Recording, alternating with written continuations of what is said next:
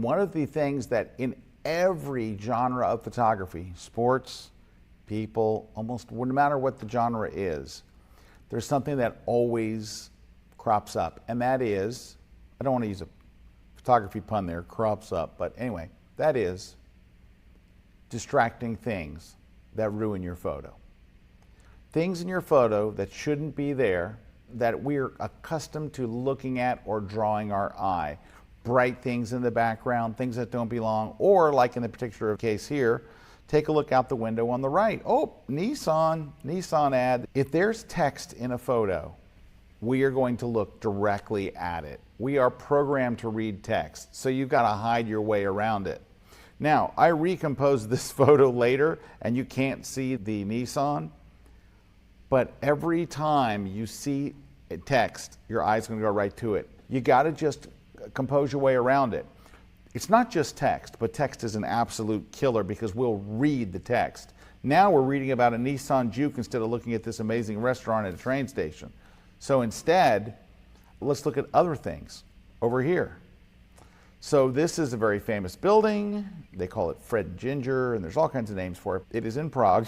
It's unfortunate in that there's a row of cars in front of it, and there's power lines everywhere, and there's text right in the front. Now, you can just wait it out. You can just do what I did here. I just set up my tripod and just waited and just sat there and waited. And it took a ridiculously long time until I couldn't see anything else. But I'll show you the final image here. Here's the final image. No cars, just I think 2 people. Unfortunately, there's still some text. And one day I'll probably have the patience to go into Photoshop and rebuild that entire column. But today I did not. But you'll notice I did take out the power lines. Go back and look at the earlier one. See that big power line or cable or whatever it is going right through? Yeah, that had to go. So I got rid of that because all that stuff just detracts and distracts the viewer's eye from what we really want them to see, which is the building. So that was removed in Photoshop, and some stuff you can get rid of in Photoshop, and some stuff you can wait it out. The longer you wait, the less you'll have to do in Photoshop, so you're either going to be working in Photoshop or waiting on the street. If I have my choice, I'll wait in an awesome place before I try to just spend hours in Photoshop, though it does occasionally happen. Now, how do you deal with the scourge of travel photography, which are tourists? They're getting in our way, they're ruining our shots. Take a look on screen. If you look at my travel photography, you'll notice very rarely do I ever have a tourist in there. That's because, number one, I hate tourists. No, I'm hypersensitive to them ruining my shots. How do you get rid of the tourists? There's a couple of different strategies, right? One is, and I use this one quite a bit, is take the camera and just go right above their head. If I'm in a church packed full of people, if I'm standing in front of a monument, I just shoot above their head. Yes, I'm going to miss some of it, but take a look here. When you're shooting above their head, you don't see them. In a situation like this, I'm in Iceland. I want to get a shot of this waterfall with this amazing rainbow in there. There's just a ton of people. So here's what I did.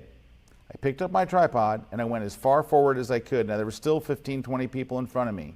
And you know what I did? I just stood there and waited. I waited until I could finally get a break where people left. Now, I will tell you, I had to wait 15 or 20 minutes. And then all of a sudden, everybody cleared out for a second, and here comes somebody up to my side. And I just said, excuse me, can you wait just 1 second? Let me just get 2 quick shots. That person was like, oh, absolutely, of course. Click, click, and I did a long exposure, so it took a little bit more than a click. But that's it. Here's the thing. There's going to be a couple of things. You can edit the people out by how you frame. You can be very, very patient until people clear. Take a look here.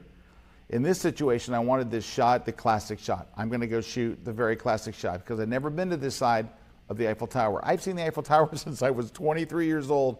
I do not know why I never, ever went across the Seine River to the other side. I made it a point. I wrote it in my phone. I'm going here. So I had to get the classic shot. It's kind of lame. However, it makes a great example for here. See how packed it is? It is absolutely a mob scene up there. So I had to go and set up my tripod where there was no one. There's also under construction, there's barricades. I literally had to just move to the front of the crowd, find a place and just wait and be patient so I could get a nice clean shot without all those folks there. There's still tourists way off in the background. And if you can see to the left of me or to the right of me, there's tourists and hot dog vendors everywhere, but I got at least that one clean shot. How did I get this shot? In the Paris Opera House. I literally waited until I was the last person there. Literally the last person, the last one, very last person to leave. I waited till everybody cleared out, everybody, and then I took this shot. And then the security guard yelled at me and told me to leave, but I got the shot. All right. This one requires something else. This is taken right outside these doors. So like, see the windows to the right in this picture? You can walk out them at the end and there's a balcony, and this is the view outside that room. Unfortunately, tons and tons and tons of tourists, just tourists everywhere. I used a different technique. It's called Photoshop. I went through and removed everybody but that red car and my daughter, who happened to be leaning on that little post down there in the corner. And I left the people on the sides because I just got to the point where I'm like, I'm not removing anybody else. But look, I got rid of quite a few people. And they're gone. That's Photoshop. That is another method. All right, so that is dealing with tourists.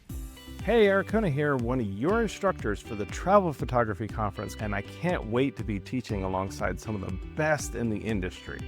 Go over to KelbyOneLive.com and learn more. I hope to see you there.